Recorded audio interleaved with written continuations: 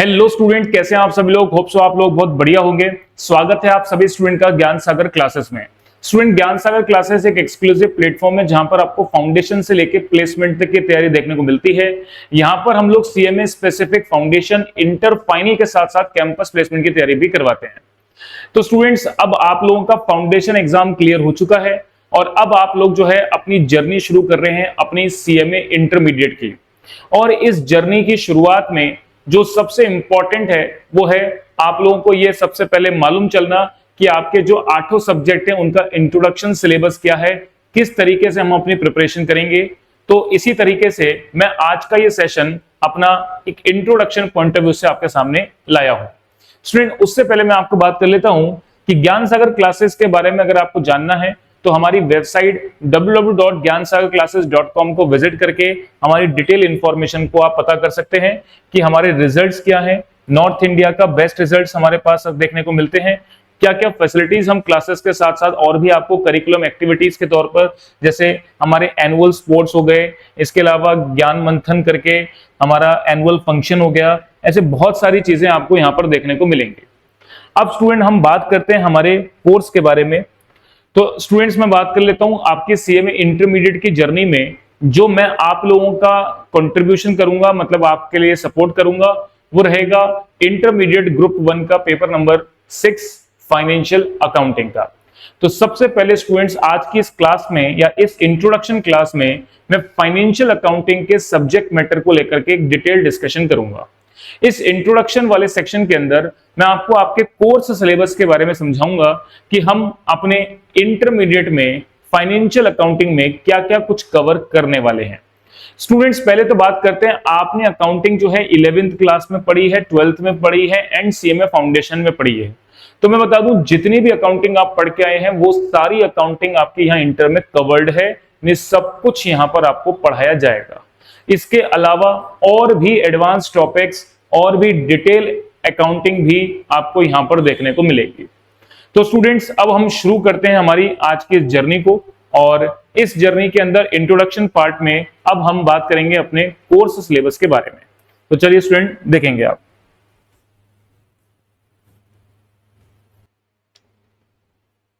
चलिए, तो अब हम बात करते हैं, देखिए हमारे कोर्स सिलेबस के बारे में बात करते हैं। तो student, CMA paper number 6 intermediate जो फाइनेंशियल अकाउंटिंग का हमारा सिलेबस है, उस सिलेबस के इंट्रोडक्शन में मैं आज के सेशन में बात करूंगा। इसके अलावा अपन एक टॉपिक भी शुरू करेंगे और उसके इंट्रोडक्शन भी अपन देखेंगे। देखिए, हमारे पास जो हमारा सिलेबस है, पहले सबसे पहले उस सिलेबस को जानते हैं। फाइनेंशियल अकाउंटिंग में क्या क्या चीजें हमारे को कवर होंगी। देखिए स्टूडेंट, यहां पर इंस्टीट्यूट ने जो है मॉड्यूल डिस्क्रिप्शन के बारे में बताया, जैसे अकाउंटिंग फंडामेंटल्स आपका 15 मार्क्स का कवर करेगा। Bills of exchange, consignment, joint venture 10% की कवरेज है। Final account, NPO and incomplete record 20% की कवरेज है। पार्टनरशिप अकाउंटिंग का सेक्शन डी पार्ट है, इसमें भी 20% की कवरेज है। इसके अलावा सेक्शन ई आपके लिए पूरी तरह से नया है और एक अकाउंटिंग स्टैंडर्ड भी आपके पूरी तरह से नया है। अब इन सेक्शंस के बारे में थोड़ा और डिटेल के अंदर अपन जानते हैं, देखिएगा। देखिए स्टूडेंट, जो भी बातचीत मैं आप लोगों के साथ यहाँ पे करूंगा, इसमें आपकी जो अकाउंटिंग की जर्नी है, इसके अंदर कई स्टूडेंट्स का ऐसा पॉइंट ऑफ व्यू होता है कि सर 11th 12th में हमारी अकाउंटिंग बहुत अच्छी नहीं है। कोई आपत्ति नहीं है। कई स्टूडेंट्स होते हैं जो साइंस फील्ड से या आर्ट्स फील्ड से भी अकाउंटिंग में आते हैं, तो उनको भी कोई दिक्कत नहीं है, क्योंकि जब मैं यहाँ अकाउंटिंग पढ़ाने की बात करूंगा तो हर छोटी से छोटी बात बेसिक्स से आप लोगों के लिए लूंगा मैं। तो बेसिक्स से जब मैं सारी बातों को लेकर के चलूंगा तो आपने कम पढ़ा, ज्यादा पढ़ा, नहीं पढ़ा, फर्क नहीं पड़ता, सारी चीजों को मैं डिटेल के अंदर आपको समझाऊंगा। ठीक है स्टूडेंट्स, तो आप मेरे साथ साथ पढ़ते रहेंगे। इंपॉर्टेंट बातचीत यह है कि आप लोगों को जो क्लासेस हैं वो रेगुलर रखनी है, प्लस आपको अपनी नोटबुक को प्रॉपर तरीके से मेंटेन करना है। इसका मतलब क्लासरूम में लिखाए गए नोट्स को आपको स्टूडेंट्स प्रॉपर तरीके से देखना है, प्रॉपर तरीके से नोट करना है। अगर आप ये काम करते हैं तो अकाउंटिंग के अंदर कहीं भी दिक्कत नहीं आएगी। देखिए स्टूडेंट्स, मेरी स्पेसिफिक जीएससी पब्लिकेशन की एक बुक आती है जिसके अंदर मैं इंस्टीट्यूट का कंटेंट जो सीएमए इंस्टीट्यूट का है वो तो कवर करता ही हूं, साथ में पास्ट एग्जामिनेशन क्वेश्चंस को भी कवर करता हूं पिछले 10 सालों के। तो जब भी मैं कोई सब्जेक्ट टॉपिक आपको पढ़ाऊंगा तो उस टॉपिक का सारा इंट्रोडक्शन, सीएमए इंस्टीट्यूट के स्टडी मैट के सारे questions plus past examination questions भी आपको सॉल्व कराता हुआ चलूंगा। यानी कि मैं कंप्लीट कवरेज आप लोगों के लिए करूंगा। इसके अलावा स्टूडेंट्स मेरी बुक में आपको एक्स्ट्रा प्रैक्टिस क्वेश्चंस भी मिलेंगे। एक सेकंड, हाँ जी। इसके अलावा स्टूडेंट्स जो भी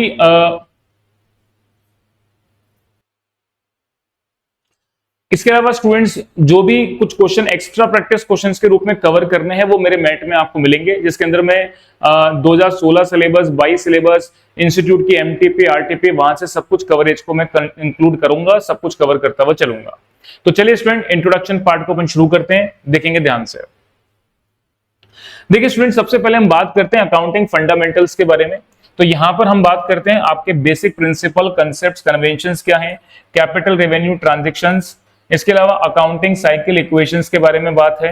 बेसिक इंट्रोडक्शन है जो 11th क्लास में स्टूडेंट आपने पढ़ा था। ये जनरल एंट्री कैसे बनाई जाती है, बीआरएस बैंक रिकंसिलिएशन स्टेटमेंट कैसे बनता है, कैश बुक कैसे बनाई जाती है, ट्रायल बैलेंस कैसे बनती है, रेक्टिफिकेशन ऑफ एरर्स के बारे में बातचीत, इसके अलावा बेड डेब्ट्स का ट्रीटमेंट। तो ये बेसिक बातचीत जो स्टूडेंट्स आपने 11th क्लास में पढ़ी थी वही सारी कुछ कवरेज आपको यहाँ पर मिलेगी। अब सेक्शन बी में हम बात करते हैं, तो हमारा चैप्टर है bills of exchange, consignment and joint venture. ये आपने फाउंडेशन में पढ़ा हुआ है।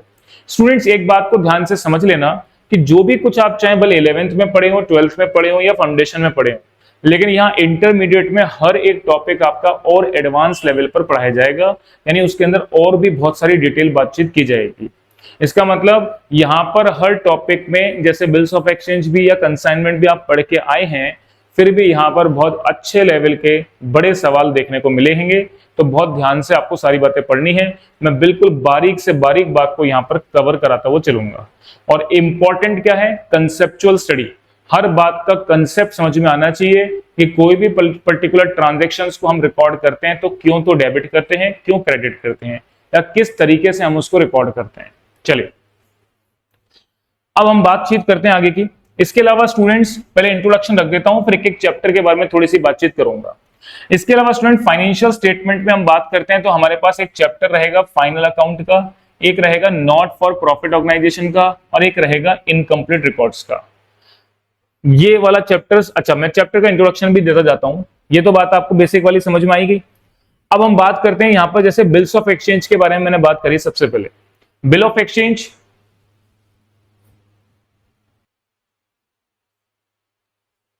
हाँ जी, बिल ऑफ एक्सचेंज के बारे में बात करते हैं स्टूडेंट्स।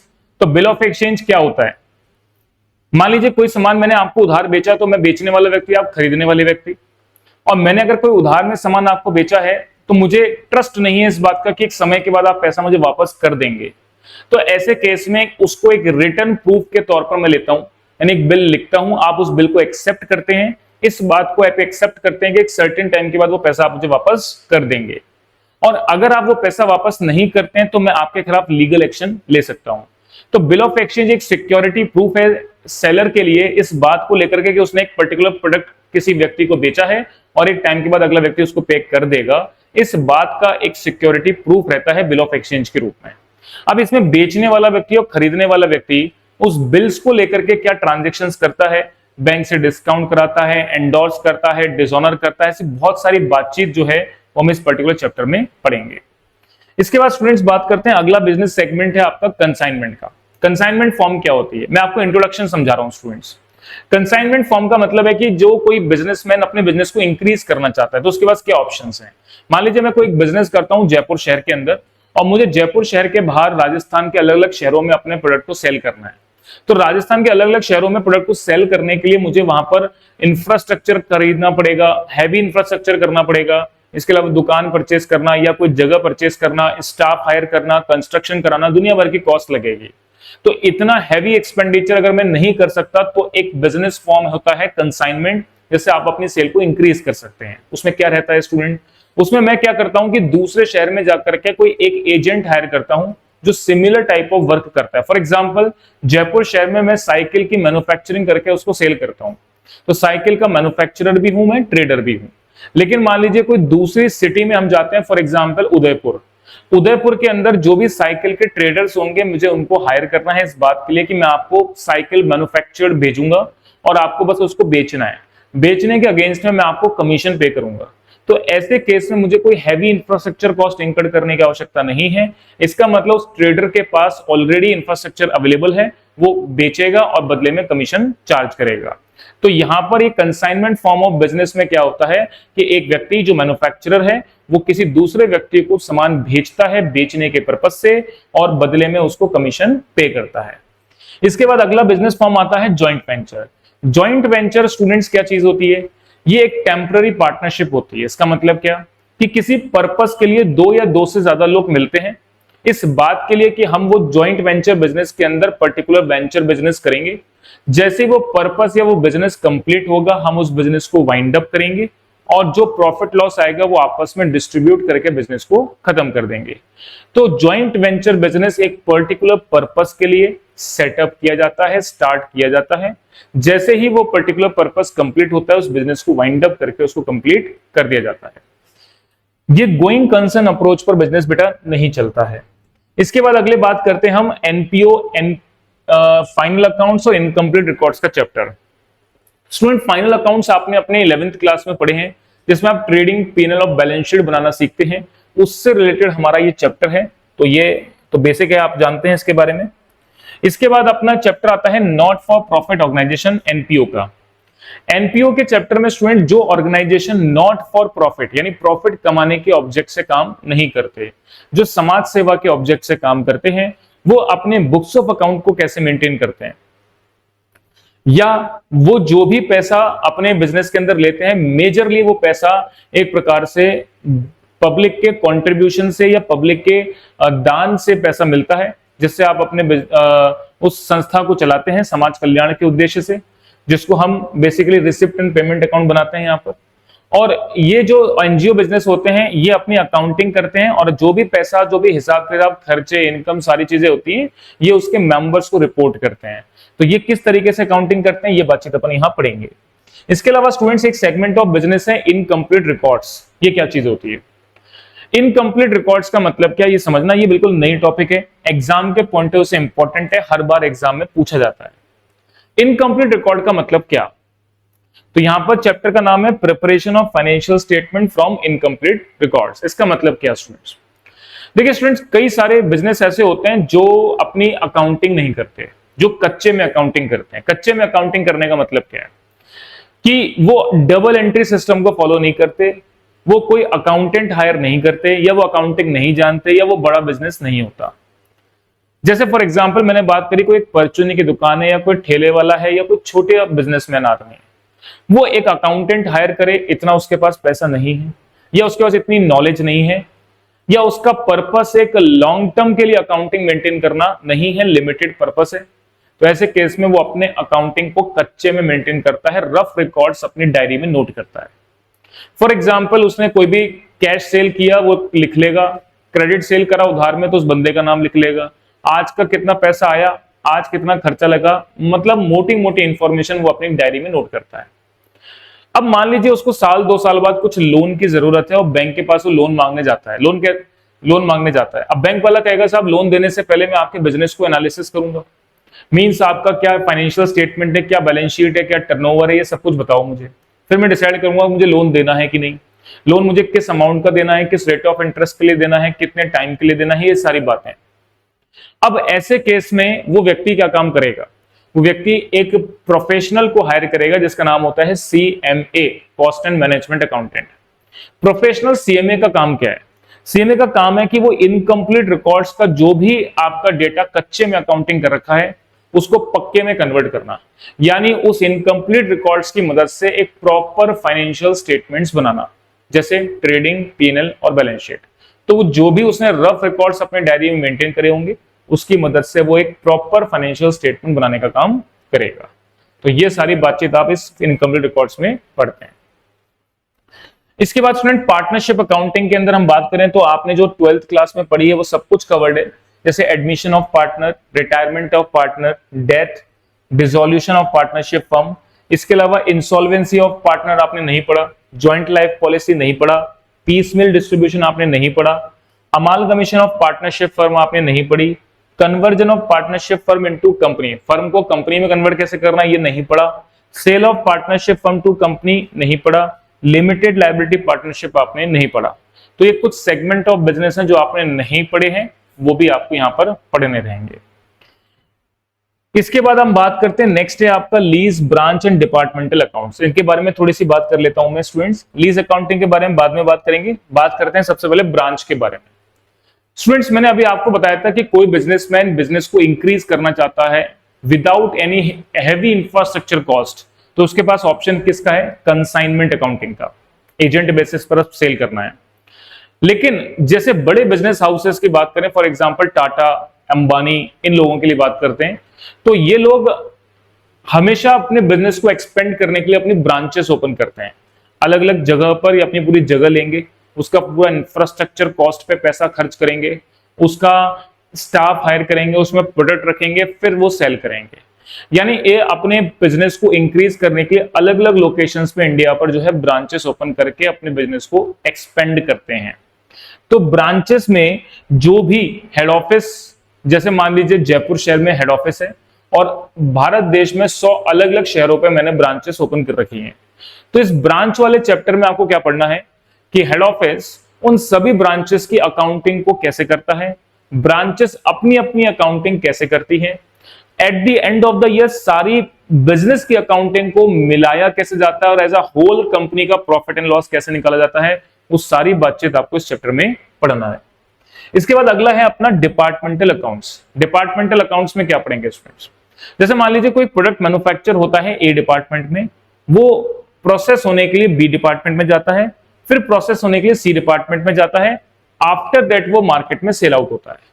तो अब बात ये है, या तो आप as a whole business accounting बना लो पूरे कंप्लीट बिजनेस का, या आप अपने टोटल अकाउंटिंग सिस्टम को मल्टीपल पार्ट्स में तोड़ दो, जैसे डिपार्टमेंट ए, बी और सी। ऐसा बिजनेसमैन क्यों करता है? ताकि वो अपने टोटल अकाउंटिंग सिस्टम को मल्टीपल पार्ट्स में तोड़ करके हर एक छोटे से छोटे पैरामीटर का प्रॉफिट एंड लॉस जजमेंट ले सके। तो इसलिए वो क्या करता है, अपने बड़े प्रोसेस ऑफ अकाउंटिंग को मल्टीपल पार्ट्स में तोड़ता है और अलग अलग डिपार्टमेंटल वाइज अकाउंटिंग करता है, ताकि वो बिजनेस की परफॉर्मेंस एनालिसिस का जजमेंट ले सके कि कहां उसकी परफॉर्मेंस अच्छी है और कहां उसकी खराब है। तो इस बात के लिए हम डिपार्टमेंटल अकाउंट्स बनाते हैं। इसके बाद अगला चैप्टर है स्टूडेंट्स इंश्योरेंस क्लेम। हालांकि मैं पहला चैप्टर ही आपको ये पढ़ाने वाला हूं, तो अभी कुछ समय के बाद मैं इंश्योरेंस क्लेम के बारे में डिटेल डिस्कशन करूंगा। इसके बाद स्टूडेंट्स अगला चैप्टर है आपका hire purchase and instalment payment system. ये क्या चीज होती है? देखिए स्टूडेंट, हायर परचेज या इंस्टॉलमेंट पेमेंट सिस्टम का मतलब क्या है, इसको समझते हैं। हायर परचेज का मतलब क्या? जब मान लीजिए कोई भी प्रकार की असेट्स या गुड्स हम हायर परचेज बेसिस पर परचेज करते हैं, इसका मतलब इंस्टॉलमेंट बेसिस पर परचेज करते हैं। जैसे मान लीजिए मैंने कोई एक कार परचेज करी इंस्टॉलमेंट बेसिस पर, 10 लाख रुपए की कार आती है, मैंने 4 लाख रुपए का डाउन पेमेंट किया और 6 लाख रुपए को मैं 5 साल इंस्टॉलमेंट बेसिस पर पे करूंगा। तो ये क्या कहलाता है? आपका इंस्टॉलमेंट सेल ट्रांजेक्शन। अब इसमें एक बेचने वाला व्यक्ति होता है और एक खरीदने वाला व्यक्ति होता है। बेचने वाला व्यक्ति वेंडर कहलाता है, खरीदने वाला व्यक्ति परचेजर कहलाता है। अब इंस्टॉलमेंट बेसिस पर जब भी कोई गुड्स खरीदे या बेचे जाते हैं, तो दोनों पार्टीज उसकी अपनी अकाउंटिंग अपनी बुक्स में कैसे करती है, ये बात को लेकर के चैप्टर बनाए गए। कई बार ऐसा भी देखने को मिलता है कि बीच में मान लीजिए परचेजर ने इंस्टॉलमेंट पेमेंट करने से मना कर दिया या इंस्टॉलमेंट पेमेंट करने पर डिफॉल्ट कर दिया। ऐसे केस में वेंडर क्या करेगा? उसकी असेट को उठा करके ले जाएगा। इस प्रोसेस को हम क्या बोलते हैं? रीपोजीशन ऑफ स्टॉक। तो यहां पर हम इसके एक्सटेंडेड पार्ट में रीपोजीशन ऑफ स्टॉक को लेकर के भी बातचीत करेंगे। चलिए नेक्स्ट आगे की बात करते हैं। इसके बाद स्टूडेंट्स बात करते हैं हम, अगला सेगमेंट आएगा आपका अकाउंटिंग स्टैंडर्ड्स का। अकाउंटिंग स्टैंडर्ड्स क्या होते हैं स्टूडेंट? अकाउंटिंग स्टैंडर्ड में अगर हम बात करें तो यहां पर हमारे भारत देश में 32 अकाउंटिंग स्टैंडर्ड हैं, जिसमें से 29 अकाउंटिंग स्टैंडर्ड एप्लीकेबल है। Accounting standard the institute of chartered accountant of India issue करता है।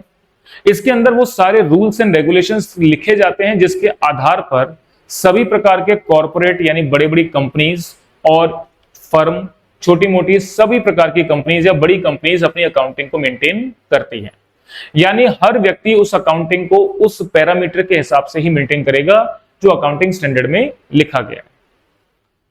तो इन पैरामीटर को कंसीडर करते हुए ये अकाउंटिंग स्टैंडर्ड जो बनाए गए हैं उसमें कई कुछ अकाउंटिंग स्टैंडर्ड हम यहां पर पढ़ेंगे। जैसे पहला होगा disclosure of accounting policies, AS1।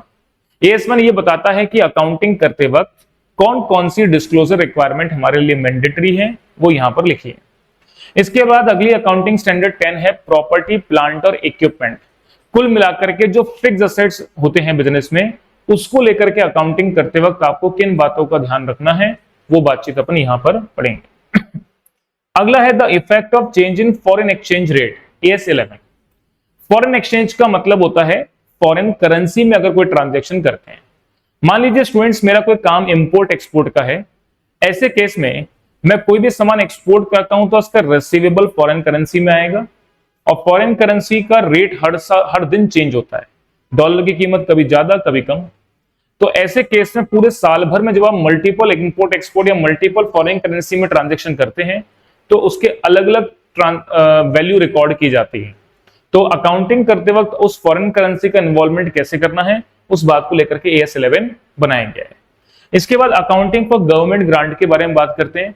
AS12 government grant के बारे में बातचीत करती है कि गवर्नमेंट से कोई भी प्रकार की ग्रांट या सब्सिडी अगर आपको रिसीव होती है तो इसकी अकाउंटिंग आपको कैसे करनी है। इसके अलावा बोरोइंग कॉस्ट के बारे में बात करते हैं। बोरोइंग कॉस्ट AS16 बनाया हुआ है। बोरोइंग कॉस्ट क्या बोलता है कि जैसे मान लीजिए मैं कोई अमाउंट बोरो करके लाया बिजनेस के लिए एज अ लोन, तो उस पर लगने वाली कॉस्ट क्या होगी स्टूडेंट्स, इंटरेस्ट कॉस्ट। अब इंटरेस्ट कॉस्ट की अकाउंटिंग को कैसे मेंटेन करना है वो यहां पर बताया जाएगा। इसके अलावा accounting of taxes on income, यानी इनकम के ऊपर जो टैक्स आप पे करते हैं उसको लेकर के यहां पर अकाउंटिंग बनाई गई है। ये सारे अकाउंटिंग स्टैंडर्ड जब स्टूडेंट मैं डिटेल में आपको पढ़ाऊंगा तब इसके बारे में बातचीत करूंगा। ये कुल मिलाकर के कुछ इंट्रोडक्शन पार्ट मैंने आपके सामने रखा। अब स्टूडेंट थोड़ा सा बात कर लेते हैं कि आपका जो एग्जाम का पैटर्न है वो कैसा है। मैं पहली क्लास में बता देता हूं, हालांकि वो देख लीजिए और बाकी तो आप लोगों को आइडिया रहता ही है क्योंकि बाकी कई सारे सब्जेक्ट के इंट्रोडक्शन वीडियो में भी हम देख लेते हैं। देखिए हमारा जो अपना पेपर रहेगा वो पूरा 100 मार्क्स का पेपर है, डिस्क्रिप्टिव पेपर है, तो पूरा 3 आवर्स का समय आपको लगेगा उस पेपर को कंप्लीट करने में। अब इसमें 2 प्रकार के सेक्शन बनाए गए हैं, एक है सेक्शन ए और एक है सेक्शन बी। सेक्शन ए और एक है सेक्शन बी। सेक्शन ए जो है वो एमसीक्यू बेस्ड पेपर के बारे में बात है। एमसीक्यू पेपर में 15 क्वेश्चन पूछे जाएंगे, हर एक क्वेश्चन 2 का नंबर का है, तो टोटल कवरेज जो है वो 30 मार्क्स के अप्रॉक्स है। 15 क्वेश्चन से हर एक क्वेश्चन 2 नंबर का है, इस तरह से 30 मार्क्स की कवरेज यहां देखने को मिलेगी। और जो सेक्शन बी है स्टूडेंट्स वो डिस्क्रिप्टिव है और डिस्क्रिप्टिव पार्ट में जो कवरेज आपको देखने को मिलेगी वो है टोटल 70 मार्क्स की। इसमें स्टूडेंट 5 क्वेश्चन है, पर क्वेश्चन 14 मार्क्स का है, तो 70 मार्क्स की कवरेज आपको यहां देखने को मिलेगी। लेकिन यहां पर अच्छी बात क्या है, यहां पर अच्छी बात यह है कि यहां पर 5 सवाल नहीं करने अपने को, 7 सवाल मिलेंगे जिसमें से कोई से भी 5 करने हैं, है ना। इसका मतलब 5 आउट ऑफ 7, 7 में से कोई भी 5 क्वेश्चन अटेम्प्ट करने हैं और हर एक क्वेश्चन आपका 14 मार्क्स का रहेगा। लेकिन स्टूडेंट्स यहां पर एक प्रॉब्लम और है, जैसे मान लीजिए कोई एक क्वेश्चन है वो 14 मार्क्स का है, तो उसके भी 2 पार्ट होंगे, एक पार्ट 7 मार्क्स का, दूसरा पार्ट भी 7 मार्क्स का, ऐसे कवर होगा। तो आप ऐसा समझ सकते हैं कि ये 5 सवाल हैं बट ये टोटल 10 क्वेश्चंस होंगे। समझ गए आप मेरी बात को। अच्छा एक बात और, कुछ एक आध क्वेश्चन जैसे पार्टनरशिप का सवाल आता है एग्जाम में, वो पूरा 14 मार्क्स का आता है। तो इस तरह से आपको बता दूं पूरे पेपर में 9 सवाल मिलेंगे। एक पैटर्न फिक्स है, वो आगे चल के अपन बात करेंगे। तो ये आपका पेपर पैटर्न मैंने बताया। तो ये अकाउंटिंग का पेपर क्योंकि सिलेबस बहुत लेंथी है तो एग्जाम का पेपर भी बता दूं स्टूडेंट्स बड़ा डिस्क्रिप्टिव और लेंथी पेपर आता है।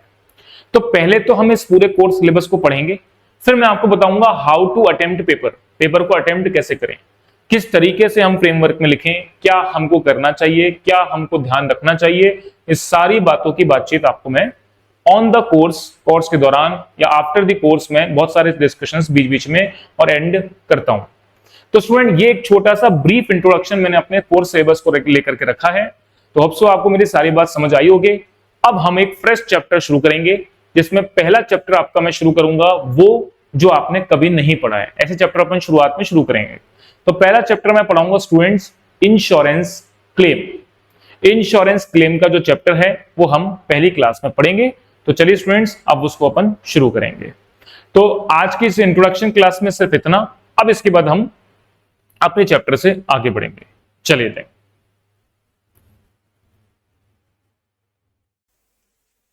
चलिए देखिए, लास्ट क्लास में अपन ने फाइनेंशियल अकाउंटिंग का जो चैप्टर सब्जेक्ट मैटर है, इसका मैंने इंट्रोडक्शन क्लास रखा था, जिसके अंदर मैंने आपको पूरे सिलेबस के बारे में बातचीत करी थी, एग्जाम के पेपर पैटर्न के बारे में और कवरेज के बारे में बातचीत करी थी। अब आज की क्लास से अपन कोई ना कोई टॉपिक पढ़ना शुरू करेंगे और अकाउंटिंग को शुरू करते हैं। देखिएगा, मैं सबसे पहले उन चैप्टर्स को स्टार्ट करूंगा जो आपके बीकॉम के सेमेस्टर 1 एग्जाम से रिलेवेंट होंगे। तो सबसे पहले अपन उन चैप्टर्स को पढ़ेंगे। देखिए, आपके बीकॉम के सेमेस्टर एग्जाम की अगर बात करें तो उसमें कॉर्पोरेट और फाइनेंशियल अकाउंटिंग का पार्ट है। कॉर्पोरेट अकाउंटिंग का पार्ट जो है वो कंपनी अकाउंट से रिलेटेड है, जो कि issue of share, issue of debenture, redemption of debenture, redemption of preference shares के बारे में बात करता है, underwriting of shares and debenture, इस तरीके के चैप्टर्स हैं। अब फाइनेंशियल अकाउंटिंग में बात करते हैं तो इसमें एक चैप्टर आपके पास है इंश्योरेंस क्लेम का, एक चैप्टर है हायर परचेज का, इसके अलावा कुछ अलग चैप्टर्स और हैं, वो छोटे छोटे चैप्टर्स हैं। तो बड़े चैप्टर्स के अंदर जो अपने कवर किए जाएंगे उसमें दो इंपॉर्टेंट चैप्टर हैं, इंश्योरेंस क्लेम और हायर परचेज। अगर आपके सेमेस्टर एग्जाम में इसके अलावा और कुछ आ रहा हो तो आप मुझे बता देना, उसको अपन कवर करेंगे। तो सबसे पहले मैं आज की क्लास में जो आपका चैप्टर स्टार्ट कर रहा हूं वो करूंगा इंश्योरेंस क्लेम का। अब इंश्योरेंस क्लेम का जो चैप्टर है मैं पढ़ाऊंगा कैसे, सीएमए के हिसाब से पढ़ाऊंगा, सीएम इंटरमीडिएट के कंटेंट के हिसाब से पढ़ाऊंगा, लेकिन आप इसमें पढ़ेंगे तो आप बीकॉम का सब कुछ कवर कर पाएंगे। चलिए स्टार्ट करते हैं, हेडिंग लगाएंगे इंश्योरेंस क्लेम। हाँ जी, सुनेगा मेरी बात को अब ध्यान से, भाई बातें नहीं होनी चाहिए अब क्लास में बिल्कुल भी। देखिए, इंश्योरेंस क्लेम चैप्टर के अंदर सबसे पहले इंट्रोडक्शन की बात करते हैं। इंश्योरेंस क्लेम से आप क्या समझते हैं कि कोई ना कोई प्रकार की इंश्योरेंस पॉलिसी इस पर्टिकुलर चैप्टर में आपको पढ़ाई जाएगी और कोई भी प्रकार के नुकसान का क्लेम आप इंश्योरेंस कंपनी से कैसे मांगते हैं उसका प्रोसेस बताया जाएगा। हम अपनी लाइफ में बहुत टाइप की इंश्योरेंस पॉलिसीज देखते हैं, जैसे लाइफ इंश्योरेंस हो गया, हेल्थ इंश्योरेंस हो गया, इसके अलावा गुड्स का इंश्योरेंस हो गया, बिजनेस इंश्योरेंस हो गया, बहुत टाइप की अलग अलग इंश्योरेंस पॉलिसीज हम अपनी लाइफ में देखते हैं। लेकिन यहां पर जो आप इंश्योरेंस पॉलिसी पढ़ेंगे वो होगी रिलेटेड टू बिजनेस। और बिजनेस से रिलेटेड जो है वो बेसिकली दो टाइप की पॉलिसी एक बिजनेसमैन कराता है। इसमें दो टाइप की पॉलिसी कौन कौन सी होती है, एक होती है रिलेटेड टू स्टॉक और एक होती है रिलेटेड टू प्रॉफिट। पहले एक बार इंट्रोडक्शन के तौर पे मैं सारी बातें आपको समझा रहा हूं, फिर अपन इसको लिखना स्टार्ट करेंगे और समझना स्टार्ट करेंगे इसका अकाउंटिंग पार्ट कैसे किया जाएगा। देखिए, मैंने बात करी साहब, बिजनेसमैन जो है अपने बिजनेस के अंदर दो टाइप की इंश्योरेंस पॉलिसी खरीदता है। एक होती है लॉस ऑफ स्टॉक के रिगार्डिंग, जो कि due to fire, due to theft किसी भी वजह से हो सकता है। एक होती है loss of profit policy, profit के नुकसान का क्लेम कैसे मांगते हैं। तो सबसे पहले मैं बात करता हूं स्टॉक पॉलिसी के नुकसान का क्लेम कैसे मांगा जाएगा। स्टॉक का नुकसान का मतलब क्या कि बिजनेस के अंदर कोई आग लगने की वजह से या चोरी हो जाने की वजह से स्टॉक का नुकसान हो गया, उस नुकसान का कैलकुलेशन आप बनाएंगे और इंश्योरेंस कंपनी से क्लेम उसके रूप में मांगेंगे। यह बात तो हो गई स्टॉक पॉलिसी के रिगार्डिंग। दूसरी बातचीत है अपनी प्रॉफिट पॉलिसी के रिगार्डिंग। प्रॉफिट पॉलिसी का मतलब क्या होता है, केवल जनरल ओवरव्यू दे रहा हूं, फिर इसको अपन दूसरे पार्ट में पढ़ेंगे। प्रॉफिट पॉलिसी का मतलब क्या, जैसे मान लीजिए मेरे बिजनेस का फाइनेंशियल ईयर शुरू हुआ 1 अप्रैल किसी पर्टिकुलर ईयर पर और साल के बीच में 1 जुलाई को बिजनेस में आग लग गई, तो आपका बिजनेस उस पर्टिकुलर ईयर में कितने टाइम तक कंटिन्यू चला, तो आप बोलेंगे अप्रैल, मई और जून चला। 1 जुलाई को बिजनेस में आग लग गई। मान लीजिए जिस दिन बिजनेस में आग लगती है, क्या अगले दिन से ही उसी प्रॉपर प्लेस ऑफ प्रमाइसेस पर आप व्यापार कर सकते हैं? इसका answer no.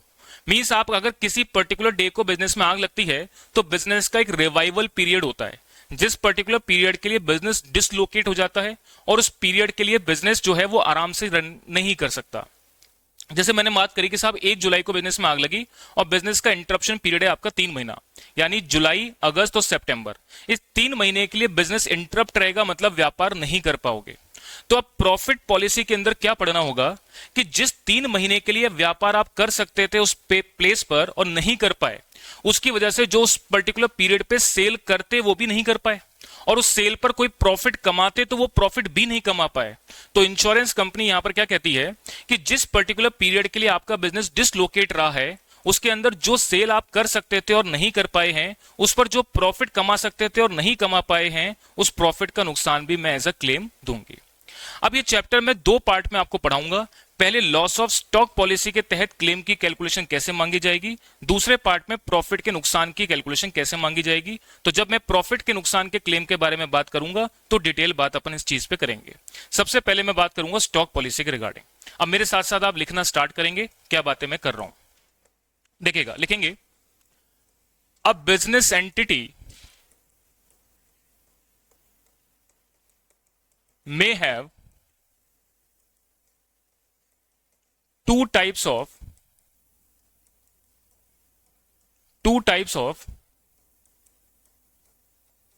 insurance policy. Number one,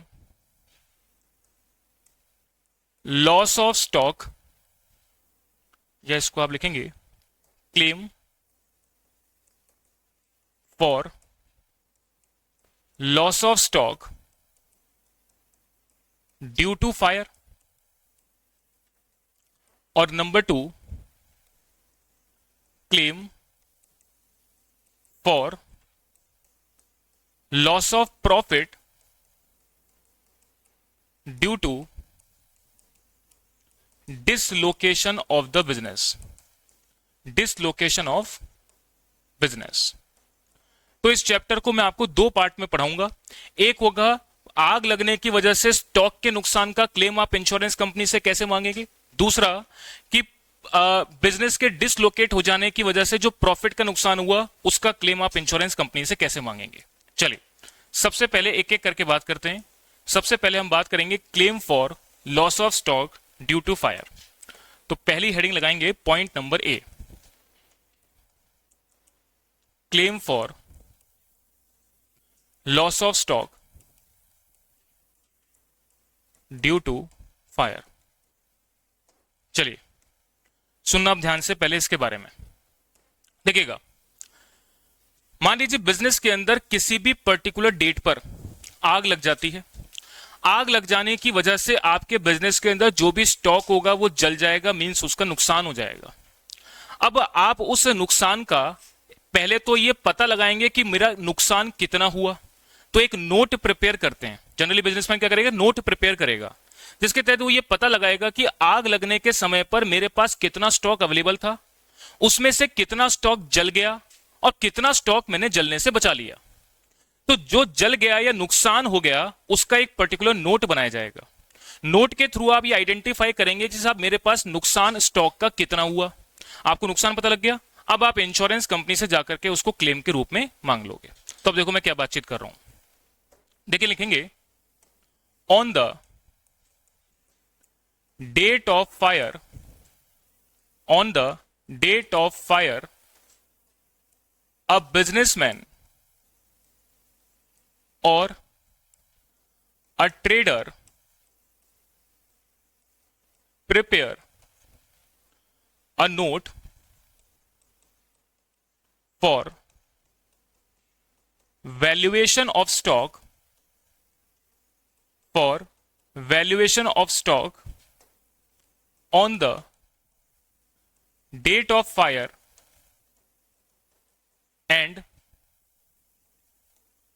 claim lodge with the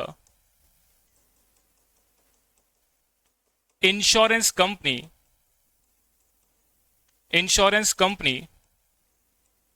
for loss of stock। आगे लिखेंगे हाउ टू कैलकुलेट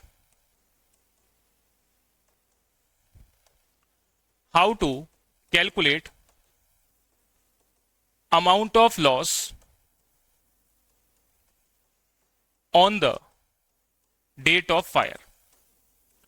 तो मैंने बात करी कि साहब जिस भी पर्टिकुलर डे पर बिजनेस के अंदर नुकसान होता है आग लगने की वजह से, उस पर्टिकुलर डे पर बिजनेसमैन एक नोट प्रिपेयर करता है जिसके थ्रू ये एस्टिमेट करता है कि मेरा नुकसान कितना हुआ है और वो नुकसान इंश्योरेंस कंपनी से क्लेम के रूप में मांगता है। अब सवाल ये पैदा होता है साहब ये नुकसान का कैलकुलेशन बनाया कैसे जाएगा। तो आप लिखेंगे इसके नीचे valuation of stock on the date of fire, on the date of fire as follows। चलिए यहां पे लिखेंगे नीचे, there are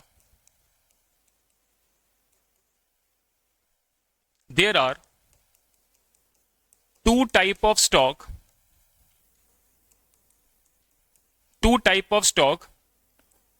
on the date of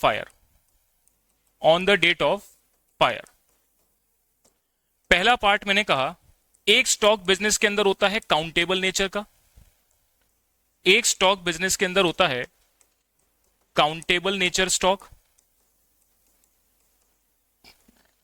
और दूसरा होता है non countable nature stock. Non countable nature stock, समझना ध्यान से मैंने क्या बात कही। अब आप कैलकुलेशन किस चीज की बनाएंगे कि आग लगने के समय पर आपके प्रमाइसेस में जो स्टॉक का नुकसान जलने की वजह से हुआ है वो कितना हुआ है। तो किसी भी बिजनेस के अंदर स्टॉक जो है वो दो टाइप का पाया जाता है, एक तो होता है काउंटेबल नेचर स्टॉक और एक होता है नॉन काउंटेबल नेचर स्टॉक। दोनों की कैलकुलेशन को करने का तरीका डिफरेंट है। जो हमको एग्जाम में पूछा जाता है या जिसके लिए कैलकुलेशन बनाई जाती है वो होता है नॉन काउंटेबल नेचर स्टॉक, क्योंकि काउंटेबल नेचर स्टॉक के केस में नुकसान का कैलकुलेशन बनाने की जरूरत ही नहीं है। जैसे फॉर एग्जांपल मैंने बोला साहब एक कार बनाने वाली कंपनी है, उसके स्टॉक में 50 कारें खड़ी हैं, जिसमें आग लगने की वजह से 20 कारों का नुकसान हो गया। तो इजीली आइडेंटिफाई कर सकते हैं कि साहब 50 स्टॉक में कारें खड़ी थी, जिसमें से 20 कारें जल गई, 30 कार आपके पास बच गई। जो बच गई उनकी वैल्यू आप अपने रिकॉर्ड से जज करोगे और अकॉर्डिंगली आप इंश्योरेंस कंपनी से क्लेम के रूप में मांग लोगे। तो काउंटेबल नेचर स्टॉक के केस में कोई भी नोट बनाने की आवश्यकता नहीं पड़ती या कोई भी कैलकुलेशन बनाने की आवश्यकता नहीं पड़ती। समस्या कहां है? समस्या है नॉन काउंटेबल नेचर स्टॉक के केस में। अगर आपका स्टॉक काउंटेबल नेचर का नहीं है, मींस मान लीजिए कपड़ों की दुकान है या और भी कोई पर्टिकुलर बिजनेस है जिसके अंदर स्टॉक काउंट नहीं किया जा सकता, तो ऐसे केस में आप कैसे आइडेंटिफाई करोगे कि on the date of fire पे कितना नुकसान हुआ है? उसके लिए आप नोट प्रिपेयर करते हैं। तो देखिए एक एक करके बात करते हैं। सबसे पहले आप हेडिंग लगाएंगे काउंटेबल नेचर स्टॉक। सबसे पहले बात करते हैं काउंटेबल नेचर स्टॉक। चलिए इसमें लिखेंगे if stock is countable nature,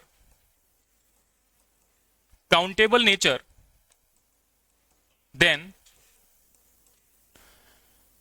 value taken from the records about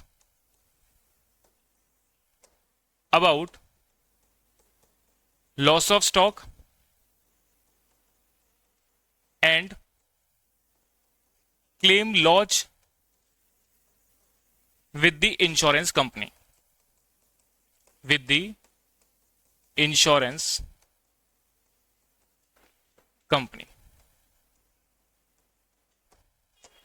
क्या बात बोली मैंने?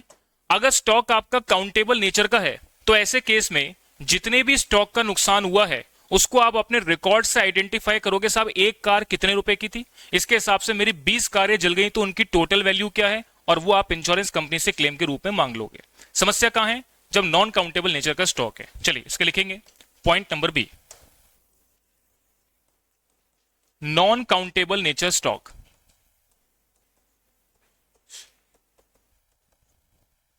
Nature stock. चलिए इसमें लिखेंगे आप if stock is non countable nature और cannot be physically verified, cannot be physically verified, then trader or businessman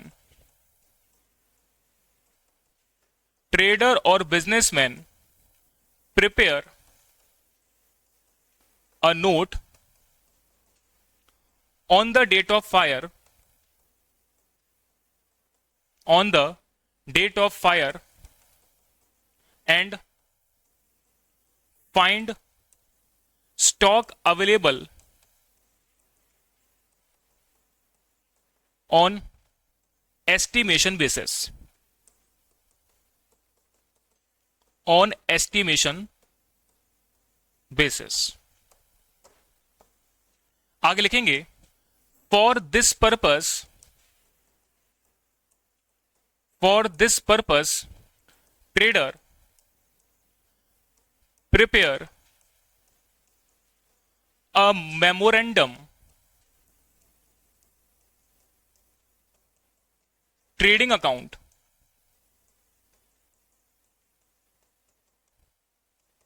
to identify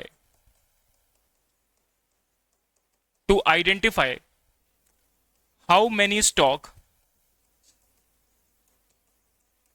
available on the date of fire,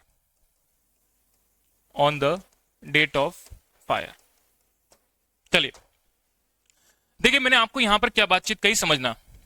मैंने आपको बात करी कि साहब जिस भी पर्टिकुलर डे पर बिजनेस के अंदर आग लगने की वजह से नुकसान होता है, बिजनेसमैन का काम क्या है उस डे पर एक नोट प्रिपेयर करना और उससे आइडेंटिफाई करना कि कितने स्टॉक का नुकसान हुआ है। तो काउंटेबल नेचर के केस में तो कुछ आपको काउंट करने की जरूरत ही नहीं, कुछ आपको नोट बनाने की जरूरत ही नहीं है। डायरेक्टली आइडेंटिफाई या फिजिकली वेरीफाइड आप कर सकते हो कि कितने स्टॉक का नुकसान हुआ, उसकी वैल्यू आप रिकॉर्ड से चेक करोगे और उतना अमाउंट ऑफ क्लेम आप इंश्योरेंस कंपनी से मांग लोगे। समस्या यह है कि जब नॉन काउंटेबल नेचर स्टॉक है, ऐसे केस में आपको एक नोट बनाना पड़ेगा और उससे आइडेंटिफाई करना पड़ेगा कि on the date of fire आपके पास कितना स्टॉक अवेलेबल था, जिसमें से कितना स्टॉक बच गया और कितना नुकसान हुआ है जिसका क्लेम आप इंश्योरेंस कंपनी से मांगोगे। अब नॉन काउंटेबल नेचर स्टॉक के केस में जो नोट बनाया जाता है, उस नोट का नाम मैंने क्या बताया, मेमोरेंडम ट्रेडिंग अकाउंट। अब देखेंगे मेमोरेंडम ट्रेडिंग अकाउंट को बनाया कैसे जाता है, तो लिखेंगे मेमोरेंडम ट्रेडिंग अकाउंट। अच्छा, एक बात को समझना मेरी यहां पर, एक होता है एक्चुअल ट्रेडिंग अकाउंट और एक वर्ड मैंने यूज किया memorandum trading account. Actual trading account कब बनाया जाता है, at the end of the financial year बनाया जाता है। मींस 31 मार्च को आप फाइनल अकाउंट जब प्रिपेयर करते हैं तब एक्चुअल ट्रेडिंग अकाउंट बनाते हैं।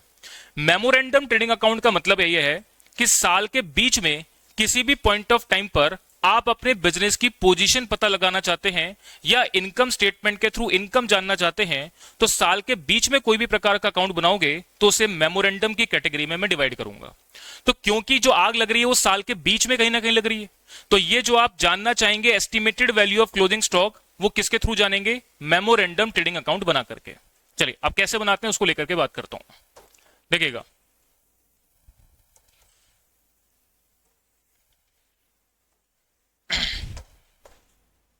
लिखेंगे इसमें पर्टिकुलर्स अमाउंट, पर्टिकुलर्स अमाउंट। हाँ जी भाई, बातें नहीं होनी चाहिए। चलिए अब बात करते हैं, सुनना ध्यान से। मैं अपने एग्जाम्पल में बात करता हूं कि साहब अपना फाइनेंशियल ईयर आपका 1 अप्रैल को शुरू होता है, साल के बीच में 1 जुलाई को बिजनेस में आग लगती है। मींस आपका उस फाइनेंशियल ईयर में कितने टाइम तक बिजनेस कंटिन्यू चला, तो आप बोलेंगे अप्रैल, मई और जून कंटिन्यू चला। मुझे यह पता लगाना है कि 1 जुलाई को कितने स्टॉक का नुकसान हुआ है जिसका क्लेम मैं इंश्योरेंस कंपनी से मांगूंगा। तो ये मैं जो नोट बनाऊंगा, ये मेमोरेंडम ट्रेडिंग अकाउंट बनाऊंगा, कब बनाऊंगा, 1 जुलाई के दिन बनाऊंगा। अब 1 जुलाई को मैं कैसे सोच रहा हूं इसकी बात समझना। मैं बोल रहा हूं कि साहब साल के शुरुआत में मेरे पास कितना ओपनिंग स्टॉक था, जो कि आपको रिकॉर्ड से पता लग जाएगा कि 1 अप्रैल को जब फाइनेंशियल ईयर शुरू हुआ था तो मेरे पास ओपनिंग स्टॉक कितना था। ड्यूरिंग द पीरियड मैंने टोटल परचेज कितनी करी, और ये परचेज आपको कब तक की लेनी है, up to the date of fire. Means आग लगने तक की डेट तक कितनी आपने परचेज करी, ये परचेज आपको पकड़नी है। इसके अलावा ड्यूरिंग द पीरियड आपने टोटल सेल्स कितनी करी और कब तक के पीरियड की लेनी है, up to the date of fire तक की आपको सेल लेनी है। इसके अलावा कोई भी प्रकार के डायरेक्ट एक्सपेंसेस, वो सभी खर्चे जो कि up to the date of fire तक किए गए हैं, up to the date of fire तक के किए गए हैं वो आपको यहां पर लेने हैं। अच्छा, इसकी बात आगे समझना। एक फलाना जीपी रेट आपको क्वेश्चन में गिवन होगी। अब जीपी रेट क्या होती है उसके बारे में जस्ट इसके बाद में डिस्कशन करूंगा कि वो जीपी रेट से मतलब क्या है। कुल मिला के मैंने क्या बात कही कि एक ग्रॉस प्रॉफिट रेट आपको क्वेश्चन में गिवन होगी। हर बात के पीछे लॉजिक होगा, सब बताऊंगा आपको मैं। ये ग्रॉस प्रॉफिट की रेट मान लो सवाल में गिवन है, तो गिवन है तो आप क्या करेंगे, सेल से जीपी रेट को मल्टीप्लाई करके ग्रॉस प्रॉफिट निकाल लेंगे। तो मैंने क्या बोला, सेल को मल्टीप्लाई अगर आप जीपी रेट से करेंगे तो ग्रॉस प्रॉफिट मिल जाएगा। और बैलेंसिंग फिगर से आप निकाल लेंगे कि आग लगने के समय पर कितना क्लोजिंग स्टॉक, जिसको मैं यहां पर नाम दूंगा estimated value of closing stock, और इसकी इंफॉर्मेशन निकाली जाएगी ऑलवेज बैलेंसिंग फिगर से। चलिए पहले एक बार आप ये अकाउंट बनाएं, फिर इसके बारे में और बातचीत करते हैं। चलिए ये एक बार अकाउंट बना लेंगे आप।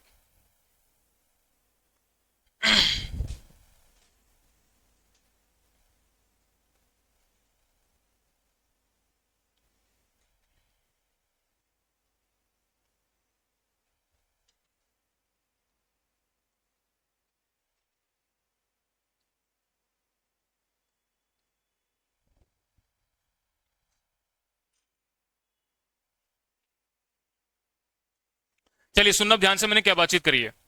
देखिए मैंने कहा साहब ये नोट बिजनेसमैन या ट्रेडर कब प्रिपेयर करता है, 1 जुलाई जिस पर्टिकुलर डे को बिजनेस में आग लगी तब प्रिपेयर करता है।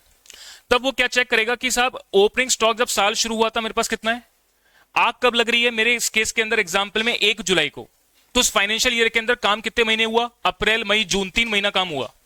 तो इसका मतलब ओपनिंग स्टॉक के बाद इस 3 महीने में up to the date of fire तक की परचेस कितनी की गई है, up to the date of fire तक की सेल कितनी की गई है, up to the date of fire तक के खर्चे कितने किए गए। ये बात क्लियर हो गई। अब सवाल ये पैदा होता है साहब जीपी रेट कौन सी लेंगे। तो जनरली जीपी रेट कब निकाली जाती है, at the end of the financial year निकाली जाती है, जब आप एक्चुअल ट्रेडिंग अकाउंट बनाते हैं। बट क्योंकि साल के बीच में आग लगी है तो कौन सा जीपी रेट पकड़ोगे, तो मैं बता दूं यहां पर वो जीपी रेट कैसे निकाला जाएगा, इसके बाद में अलग एक दूसरे स्टेप में आपको इसके बाद बताऊंगा वो जीपी रेट को निकालना कैसे है। आप अभी के लिए क्या समझोगे कि जीपी रेट की इंफॉर्मेशन सवाल में गिवन होगी, तो आपको करना क्या होगा, सेल को उस जीपी रेट से मल्टीप्लाई करोगे तो ग्रॉस प्रॉफिट मिल जाएगा, और बैलेंसिंग फिगर से आप निकालोगे कि कितना estimated value of closing stock at the time of fire आपके प्रीमाइसेस में अवेलेबल है।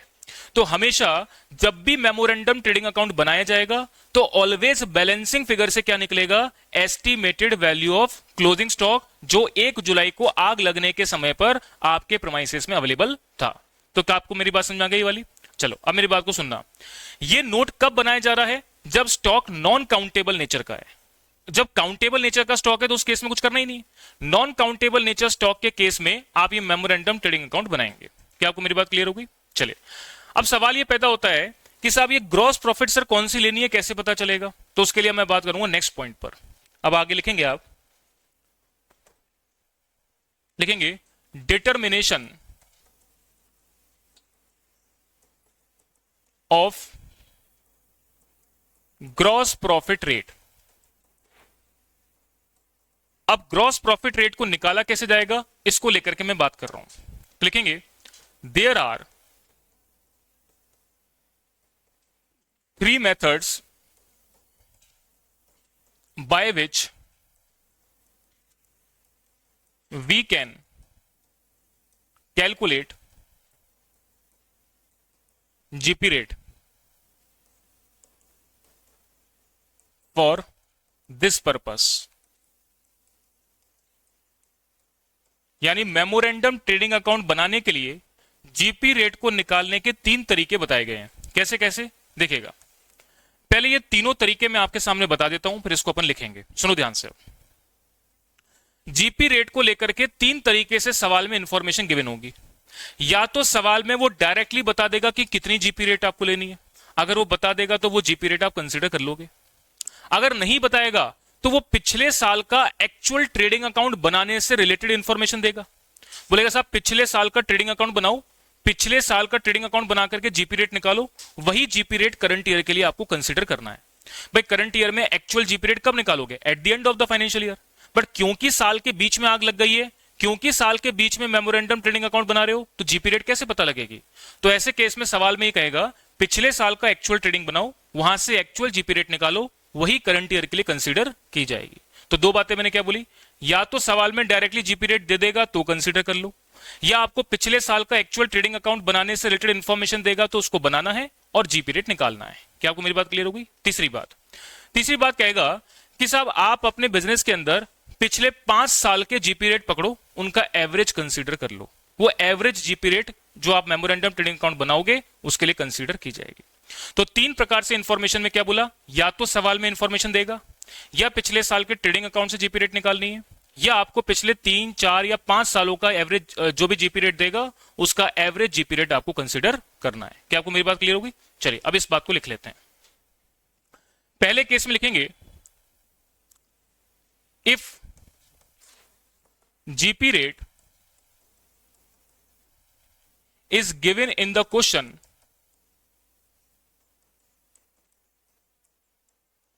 then it will be considered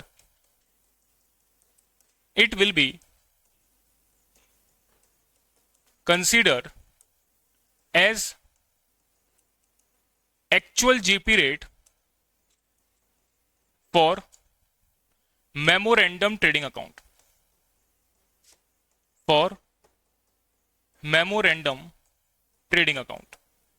Number 2, if GP rate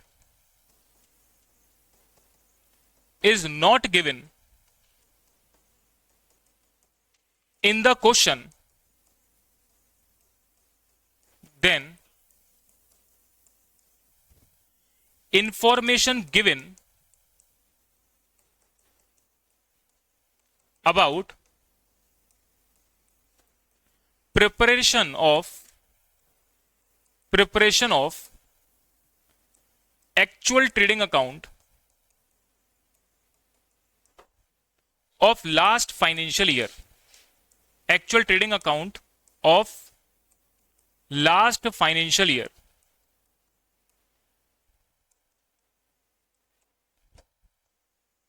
and we prepare trading account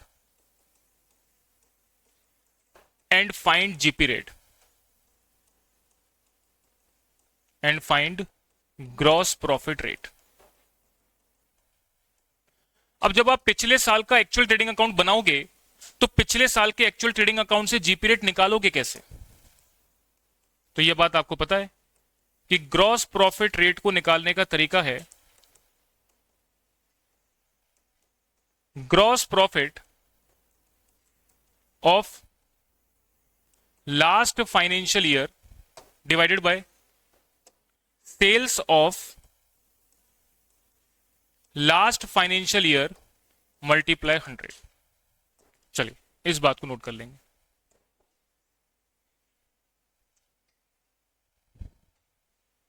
इसके अलावा तीसरा केस मैंने क्या बताया, पिछले 3 साल, 4 साल, 5 साल किसी भी जीपी रेट की इंफॉर्मेशन दे सकता है, उनका आपको एवरेज कंसीडर करना है। चलिए number 3, if information about more than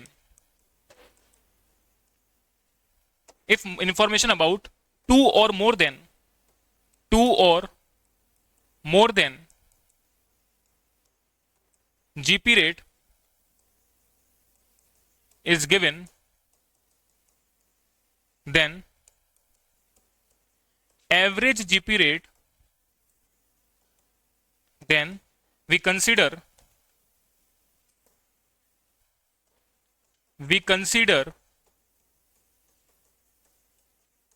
average GP rate for this purpose,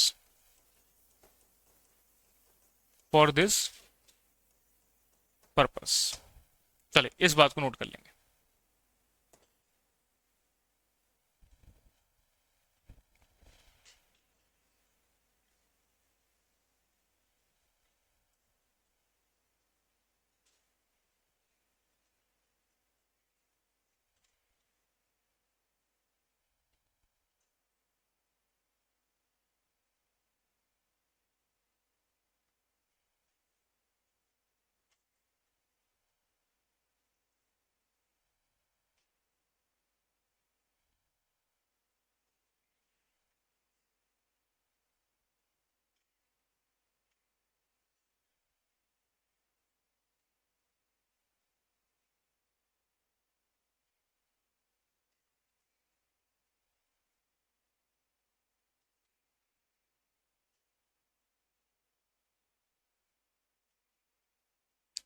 चलिए यहां तक की बात नोट कर लिया आपने।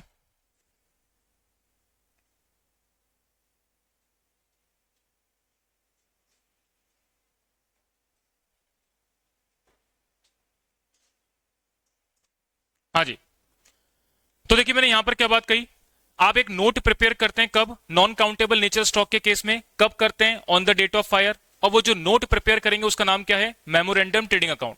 मेमोरेंडम ट्रेडिंग अकाउंट बना करके बैलेंसिंग फिगर से क्या निकालेंगे, estimated value of closing stock. और उस मेमोरेंडम ट्रेडिंग अकाउंट बनाने के लिए जो आप जीपी रेट कंसीडर करोगे, उस जीपी रेट की कैलकुलेशन के 3 मैक्सिमम तरीके क्वेश्चन में दे सकता है, कैसे देगा उसके बारे में अपन ने बातचीत कर ली। अब आपने इस नोट को बना करके ये निकाल लिया कि 1 जुलाई को कितना estimated value of closing stock आग लगने के समय पर आपके प्रेमाइसेस में अवेलेबल था। अब 1 जुलाई को मान लीजिए बिजनेस में आग लग रही है, तो उस वक्त अपन क्या करेंगे, देखते रहेंगे क्या, नहीं, कोशिश करेंगे आग को बुझाने की। तो जनरली बिजनेसमैन क्या करता है, 1 जुलाई को जिस पर्टिकुलर डे पर आग लगी है उस वक्त वो कुछ स्टॉक को जलने से बचाने की कोशिश करता है। जो स्टॉक वो जलने से बचा लेता है उसको मैं स्टॉक साल्वेज के रूप में बोलूंगा। क्या इंश्योरेंस कंपनी को जो स्टॉक जलने से बचा लिया गया है उस पर क्लेम देना चाहिए, नहीं। तो मान लीजिए मैंने बोला मेरा 1 लाख रुपए के स्टॉक का नुकसान हुआ, या सॉरी 1 लाख का स्टॉक आपका प्रेमाइसिस में at the time of fire available था, जिसमें से मैंने 20,000 का स्टॉक जलने से बचा लिया, तो मेरा नुकसान कितना हुआ, 80,000 के स्टॉक का। वही इंश्योरेंस कंपनी आपको क्लेम के रूप में देगी। तो अब नेक्स्ट कैलकुलेशन आप बनाएंगे इसके बाद, calculation of loss of stock due to fire. इसके लिए आप एक स्टेटमेंट बनाएंगे, पर्टिकुलर्स अमाउंट, लिखेंगे estimated value of closing stock as per memorandum trading account. और इस स्टॉक में से जो स्टॉक आपने जलने से बचा लिया, मींस स्टॉक साल्वेज, उसको आप लेस कर देंगे और बाकी का नुकसान आपका क्या कहलाएगा, लॉस ऑफ स्टॉक। ये नुकसान आपका कहलाएगा लॉस ऑफ स्टॉक। चलिए इस बात को नोट कर लें।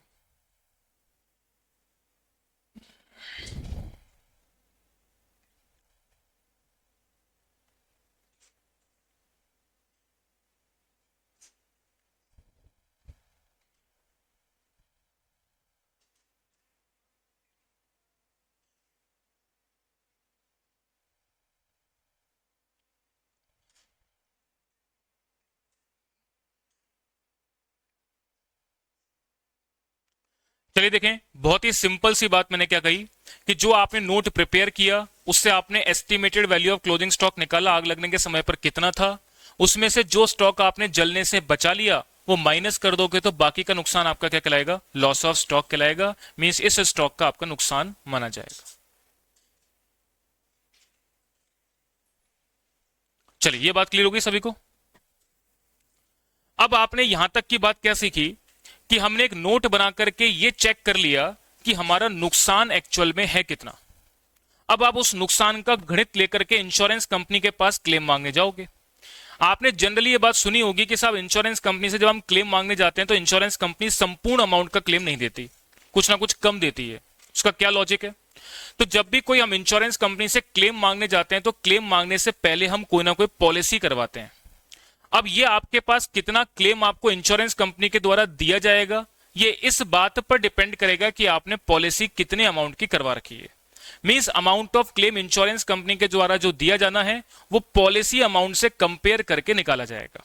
तो अब आखिरी एक स्टेप की मैं बातचीत कर रहा हूं जिसके थ्रू हम ये कैलकुलेट करेंगे कि कितना amount of claim insurance company आपको देगी। चलिए नेक्स्ट कैलकुलेशन लिखेंगे आप। हाँ जी लिखेंगे कैलकुलेशन ऑफ, हाँ जी भाई बातें नहीं करनी है, calculation of amount of claim. हाँ जी इसमें लिखेंगे आप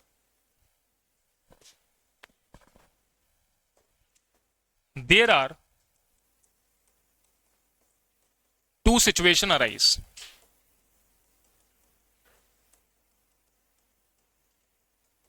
For amount of claim, amount of claim मांगने की दो सिचुएशन यहां पर बनती हैं. Number one, if policy amount is equal to और more than the estimated value of closing stock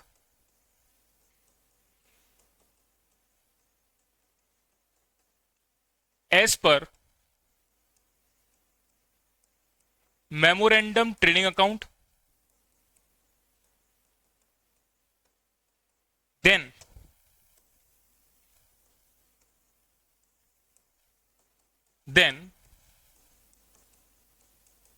entire amount of loss of stock will be amount of claim. Will be amount of claim. Number two, if policy amount is less than the if policy amount is less than the estimated value of closing stock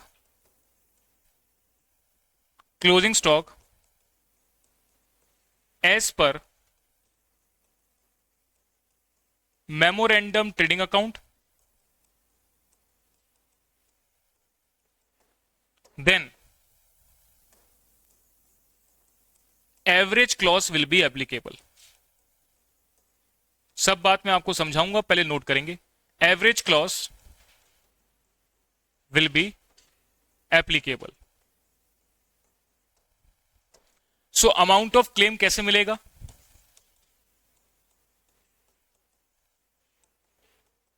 amount of claim मिलेगा जो भी नुकसान हुआ है उसका complete claim आपको तब मिलता जब आप policy estimated value of closing stock के बराबर कराते. लेकिन अगर आपने पॉलिसी कम ले रखी है तो प्रोपोर्शनेटली आपको अमाउंट ऑफ क्लेम भी कम मिलेगा. चलिए, यहां तक की बात एक बार आप नोट कर लेंगे.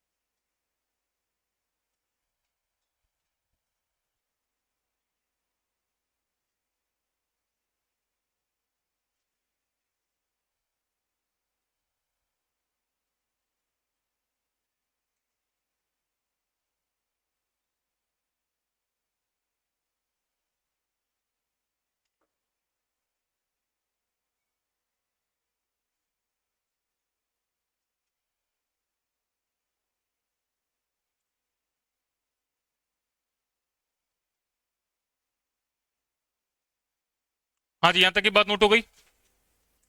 अब मैंने ये क्या बात बोली है एक बार मैं आपको समझा रहा हूं, बट ये जब प्रैक्टिकल क्वेश्चन करेंगे तब वहां से ये कंसेप्चुअली क्लैरिटी आएगी. सुनो ध्यान से, मैंने क्या बात बोली. देखिए, आपने जो मेमोरेंडम ट्रेडिंग अकाउंट बनाया उसमें आपने बैलेंसिंग फिगर से estimated value of closing stock निकाला.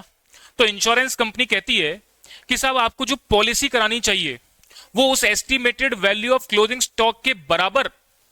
तो estimated value of closing stock कहां से निकाला था? मेमोरेंडम ट्रेडिंग अकाउंट बना करके.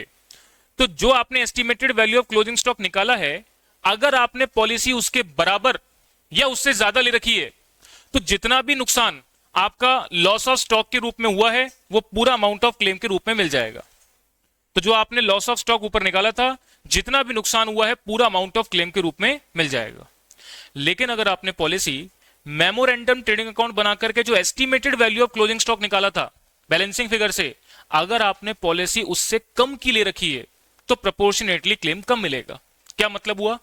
अगर आपको जो नुकसान का क्लेम आप मांगने जा रहे हो, इस कंप्लीट अमाउंट का क्लेम तब मिलता जब आप policy estimated value of closing stock के बराबर कराते, पर क्योंकि आपने पॉलिसी इस अमाउंट से कम करा रखी है, तो जितनी कम करवा रखी है उस प्रोपोर्शन में लॉस ऑफ स्टॉक का नुकसान भी क्लेम के रूप में कम मिलेगा। अब ये बात की क्लैरिटी मैं आपको एक प्रैक्टिकल एग्जांपल क्वेश्चन के थ्रू समझाऊंगा, तब इसकी अंडरस्टैंडिंग क्रिएट होगी। बट आपको सिर्फ अभी केवल क्या बात ध्यान रखनी है, पॉलिसी अमाउंट ऑफ क्लेम का कैलकुलेशन कैसे बनाओगे कि मेमोरेंडम ट्रेडिंग अकाउंट बना के जो estimated value of closing stock है उसके बराबर या उससे ज्यादा की पॉलिसी ले रखी है तो पूरा नुकसान का क्लेम मिल जाएगा। अगर estimated value of closing stock से कम की पॉलिसी ले रखी है तो क्लेम भी प्रोपोर्शनेटली कम मिलेगा। क्या आपको मेरी बातचीत समझ में आ गई क्या? चलिए, अब आज की इस क्लास के अंदर मैंने क्या बातचीत पढ़ाई है, सारी बातों को मैं रिपीट करता हूं, फिर अपन आज की क्लास को सम अप करेंगे। तो आप पहला पेज निकाल लो।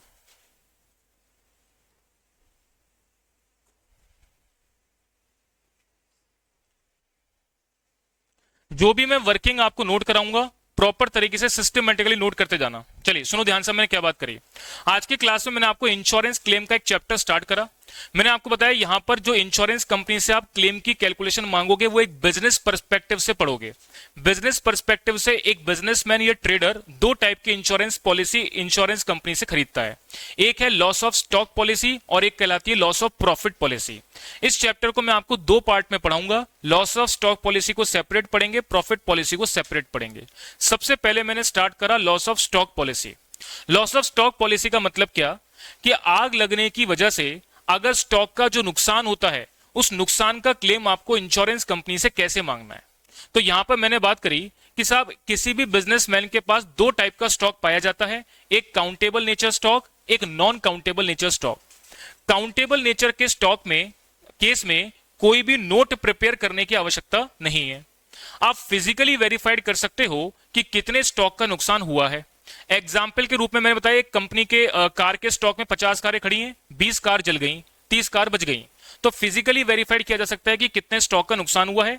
उसकी वैल्यू आप रिकॉर्ड से चेक करोगे और इंश्योरेंस कंपनी से उसकी वैल्यू को क्लेम के रूप में मांग लोगे। तो उसमें कोई कॉम्प्लिकेशन नहीं है, मींस कोई कैलकुलेशन पार्ट नहीं बनता। प्रॉब्लम कहां है? जब नॉन काउंटेबल नेचर स्टॉक की बात की जाती है। तो नॉन काउंटेबल नेचर स्टॉक में आपको नहीं पता कि कितने स्टॉक का नुकसान हुआ है। इसके लिए बिजनेसमैन या ट्रेडर एक नोट प्रिपेयर करता है। उस नोट के थ्रू वो बैलेंसिंग फिगर से estimated value of closing stock निकालता है कि आग लगने के समय पर मेरे प्रीमाइसेस में कितना स्टॉक अवेलेबल था। तो नॉन काउंटेबल नेचर के स्टॉक के केस में जो नोट प्रिपेयर किया जाएगा उसका नाम क्या है? Memorandum trading account. Memorandum trading account, मान लीजिए मैंने बोला मेरे एग्जाम्पल में 1 जुलाई को बिजनेस में आग लगी, तो व्यापार उस पर्टिकुलर ईयर में कितने महीने हुआ है? 3, अप्रैल मई जून। तो जब मेमोरेंडम ट्रेडिंग अकाउंट बनाओगे तो ओपनिंग स्टॉक आपको पता है, up to the date of fire तक की purchase, up to the date of fire तक की sale, up to the date of fire तक के खर्चे आपको पता है। जीपी रेट के लिए मैंने आपको यहां पर क्या बात कही कि या तो क्वेश्चन में गिवन है तो कंसीडर करो, नहीं तो पिछले साल का ट्रेडिंग अकाउंट बनाने से जीपी रेट देगा तो पिछले साल का ट्रेडिंग अकाउंट बनाना है, वहां से जीपी रेट निकालना है, वही कंसीडर करो। या पिछले 3, 4, 5 साल का जीपी रेट देगा तो एवरेज जीपी रेट कंसीडर करो। तो कब जब मेमोरेंडम ट्रेडिंग अकाउंट बना रहे हो तो जीपी रेट की कैलकुलेशन बनानी है, बात क्लियर हो गई। अब सेल को जीपी रेट से मल्टीप्लाई करके ग्रॉस प्रॉफिट निकाल लोगे और बैलेंसिंग फिगर से आप estimated value of closing stock on the date of fire calculate कर लोगे। तो ये नोट बना करके आपको ये पता लग गया कि 1 जुलाई के दिन हमारे प्रीमाइसेस में कितना स्टॉक अवेलेबल था। फिर अगली कैलकुलेशन आप बनाते हैं किस बात की? लॉस ऑफ स्टॉक की कैलकुलेशन। अब मैंने बोला साहब मेरे प्रीमाइसेस में 1 लाख का स्टॉक अवेलेबल था और 1 जुलाई को मैंने 20,000 का स्टॉक जलने से बचा लिया, तो अल्टीमेट नुकसान कितना हुआ? 80,000 के स्टॉक का नुकसान हो गया। तो इस 80,000 के स्टॉक के नुकसान का क्लेम मैं इंश्योरेंस कंपनी से मांगने जाऊंगा। अब सवाल अगला क्या पैदा होता है कि इंश्योरेंस कंपनी मुझे क्लेम देगी कितना? वो देगी कितना वो इस बात पे डिपेंड करता है कि मैंने पॉलिसी कितने की करवा रखी है। तो इस बात को लेकर के मैंने यहां पर 2 बातें बताई। अगर आपने पॉलिसी मेमोरेंडम ट्रेडिंग अकाउंट में जो estimated value of closing stock आपने बैलेंसिंग फिगर से निकाला था, अगर पॉलिसी आपने उसके बराबर या उससे ज्यादा ले रखी है तो जितना भी नुकसान आपका लॉस ऑफ स्टॉक के रूप में हुआ है, entire amount will be the amount of claim. क्या आपको मेरी बात क्लियर होगी? अगर policy amount memorandum trading account में बैलेंसिंग फिगर से जो estimated value of closing stock आया था, अगर पॉलिसी अमाउंट उससे कम ले रखा है तो प्रोपोर्शनेटली क्लेम भी आपको कम मिलेगा। इस बात की कैलकुलेशन मैं आपको एक क्वेश्चन के माध्यम से समझाऊंगा तो आपको ये बात क्लियर हो जाएगी। तो लॉस ऑफ स्टॉक पॉलिसी के अंतर्गत अमाउंट ऑफ क्लेम की कैलकुलेशन कैसे मांगी जाती है, क्या आपको मेरी बात क्लियर हो गई क्या? चलिए, तो आज की इस क्लास में एक बार इतना रखते हैं, अब मिलते हैं नेक्स्ट क्लास में। हाँ भाई, एक बार बातें नहीं, स्टॉक साल्वेज की वैल्यू ऑलवेज क्वेश्चन में गिवन होगी कि स्टॉक आपने जलने से बचाया कितना है। जो स्टॉक आपने जलने से बचाया होगा उसको कभी कैलकुलेट नहीं किया जा सकता, क्योंकि बिजनेस में आग लग रही है, अब फायर ब्रिगेड उसको बुझाने में लगी है, आप स्टॉक को बचाओगे। जो स्टॉक बचाओगे, कितना स्टॉक बचाओगे, वो आइडेंटिफाइड स्टॉक होगा, उसकी वैल्यू हमेशा क्वेश्चन में गिवन होगी, उसकी कोई कैलकुलेशन नहीं बनानी है। तो स्टॉक साल्वेज की वैल्यू ऑलवेज क्वेश्चन में क्या होगी? गिवन होगी। क्लियर होगी बात? चलिए, आज की इस क्लास में इतना रखते हैं, मिलते हैं नेक्स्ट क्लास में। धन्यवाद।